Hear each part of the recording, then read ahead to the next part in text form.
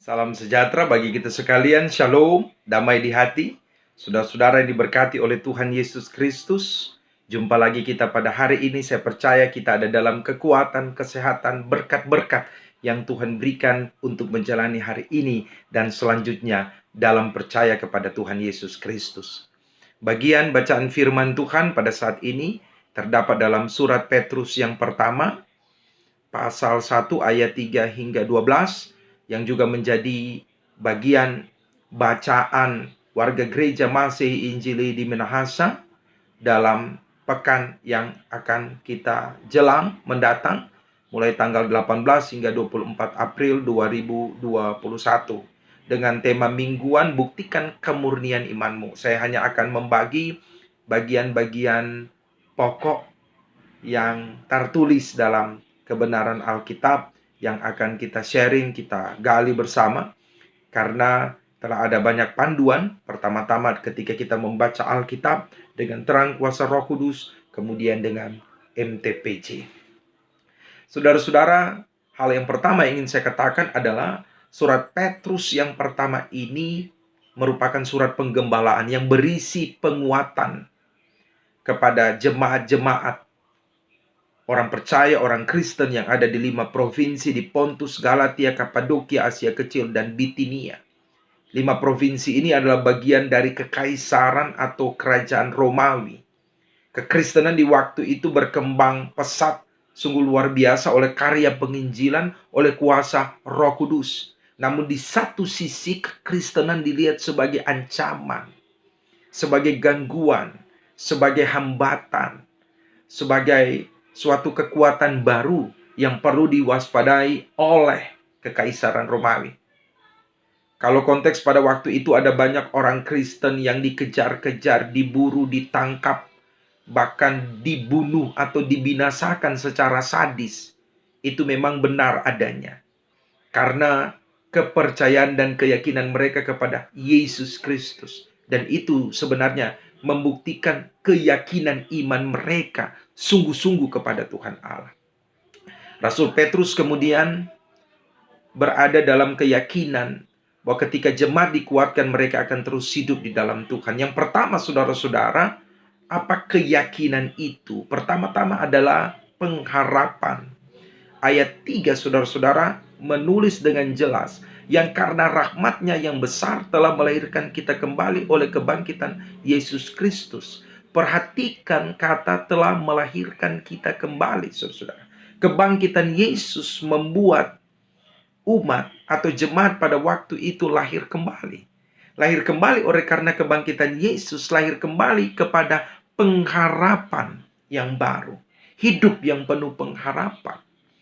Ada kematian Yesus, jemaat kemudian berada dalam pengharapan yang nol, tidak ada lagi. Tetapi ketika Yesus bangkit, saudara-saudara, pengharapan itu kembali dilahirkan. Dan dikatakan pengharapan itu penuh di dalam Yesus. Demikian juga kehidupan kita, saudara-saudara. Orang percaya yang hidup dalam pengharapan senantiasa akan hidup dalam kelahiran baru, kepada pengharapan hidup yang penuh di dalam Yesus. Kebangkitan Yesus seharusnya tidak membuat pengharapan kita setengah-setengah, tetapi pengharapan kita lahir kembali. Dan lahir itu adalah penuh di dalam kebangkitan kepada Yesus Kristus. Maka orang percaya yang berharap di dalam Yesus Kristus seharusnya pengharapannya itu penuh. Artinya penuh berharap kepada Yesus Kristus. Bukan penuh berharap kepada siapa-siapa atau kepada dunia ini, namun kepada Yesus Kristus. Pengharapan yang penuh ini pertama-tama menjadi dasar penguatan Rasul Petrus kepada jemaat di waktu itu. Karena mereka kemudian dihantui dengan rasa takut akan dikejar-kejar. Pengharapan mereka kemudian mulai hilang, namun kembali penuh oleh kebangkitan Yesus Kristus. Yang kedua, saudara-saudara, tentang iman. Setelah yang pertama pengharapan, selanjutnya tentang iman. Jemaat pada waktu itu yang berharap kepada Yesus Kristus, maka akan muncul keyakinan mereka, kepercayaan mereka, yaitu iman. Ayat 8 dikatakan, sekalipun kamu belum pernah melihat dia, namun kamu mengasihinya, kamu percaya kepada dia. Ini konsep iman, saudara-saudara. Iman ialah kepercayaan. Iman ialah keyakinan. Iman, saudara-saudara, bertumbuh dalam proses. Dan dalam proses itu kemudian iman akan tiba pada hasil akhir. Iman berproses dan kemudian ada hasil akhirnya. Ayat 7, saudara-saudara, maksud semuanya itu untuk membuktikan kemurnian imanmu. Jadi iman orang percaya di waktu itu diproses, saudara-saudara, dengan berbagai-bagai pencobaan. Diburu, ditangkap, dianiaya, dan bahkan sampai mati dibunuh. Itu merupakan proses. Dikatakan seketika ada juga, saudara-saudara, harus berduka cita oleh berbagai-bagai pencobaan. Sungguh luar biasa. Jadi iman yang diproses, saudara-saudara, membuktikan kemurnian iman kita. Demikian hari-hari ini kita sedang diproses. Diproses oleh siapa? Diproses oleh Tuhan. Dalam kehidupan beriman kita. Apakah sungguh-sungguh kita mau ikut Tuhan? Apakah sungguh-sungguh kita mau ikut Yesus? Apakah sungguh-sungguh dalam imanmu engkau berproses menuju kepada pembuktian kemurnian imanmu yang sungguh ada di dalam Tuhan? Ketika engkau berjemaat, ketika engkau bergereja, sungguh-sungguh mau ikut Yesus. Ketika memberi persembahan, apakah yang terbaik kita berikan bagi kemuliaan nama Tuhan Allah? Ketika kita membuktikan percaya kita kepada Tuhan Yesus dalam kehidupan kebersamaan ini, seperti apa kita dan bagaimana kita ini membuktikan kehidupan beriman kita, saudara. Dan terakhir dikatakan ialah kasih, pengharapan, iman, dan kemudian kasih. Kasih Allah dinyatakan di dalam Yesus.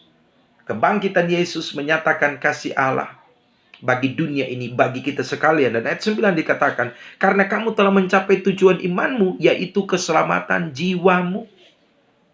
Kasih Kristus ada bagi kita. Kebangkitan Yesus membuktikan bahwa kita diselamatkan. Yang diselamatkan, saudara-saudara, bukan terutama tubuh kita yang fana ini, tetapi yang diselamatkan terutama adalah keselamatan jiwa. Ayat 9 katakan demikian. Mengapa keselamatan jiwa? Karena keselamatan tubuh, saudara-saudara, itu kemudian fana. Tubuh kita kemudian akan binasa, akan kembali kepada debu. Tetapi jiwa kita, itu yang kemudian akan mendapat bagian di sorga. Dikatakan yang tidak dapat binasa, yang tidak dapat cemar, yang tidak dapat layu, yang tersimpan di sorga bagi kamu, yaitu keselamatan jiwa. Orang percaya di waktu itu dikuatkan oleh Rasul Petrus bahwa tidak hanya kemudian keselamatan tubuh mereka saja, tapi keselamatan jiwa. Namun jika di waktu itu ada orang-orang percaya yang dianiaya bahkan sampai mati, tubuh mereka kemudian bisa mati, fisik mereka bisa mati, namun jiwa mereka kemudian selamat sampai di sorga. Hari-hari ini, saudara-saudara, kita berpengharapan beriman dan kasih. Bukan berpengharapan iman dan kasih untuk kemudian sekedar mati saja bagi Yesus Kristus, mati konyol bagi Yesus Kristus. Tetapi pengharapan kepada Yesus yang bangkit melahirkan pengharapan hidup yang penuh untuk berbagi kepada sesama kita, untuk menjadi berkat dalam pengharapan itu. Ketika kita beriman percaya tidak melihat kebangkitan Yesus Kristus, namun kita hidup dalam kebangkitannya, itulah iman. Dan ketika kita berproses dalam iman, kita kemudian membuktikan bahwa proses dalam iman itu menjadikan kita sebagai jemaat yang dewasa, jemaat yang dapat berbagi, jemaat yang sungguh-sungguh ada di dalam Tuhan, jemaat yang tidak mudah tersinggung, jemaat yang benar-benar hidup, yang ada dalam tuntunan kuasa kasih Allah. Dan dengan demikian kita membuktikan kasih Allah itu nyata terjadi dalam hidup kita. Tuhan Yesus menolong memberkati kita untuk jadi berkat. Jagalah dirimu dalam keselamatan jiwamu, maka selamatlah jiwamu untuk kemuliaan nama Tuhan Allah, kini dan dimanapun kita pergi dan berada. Amin.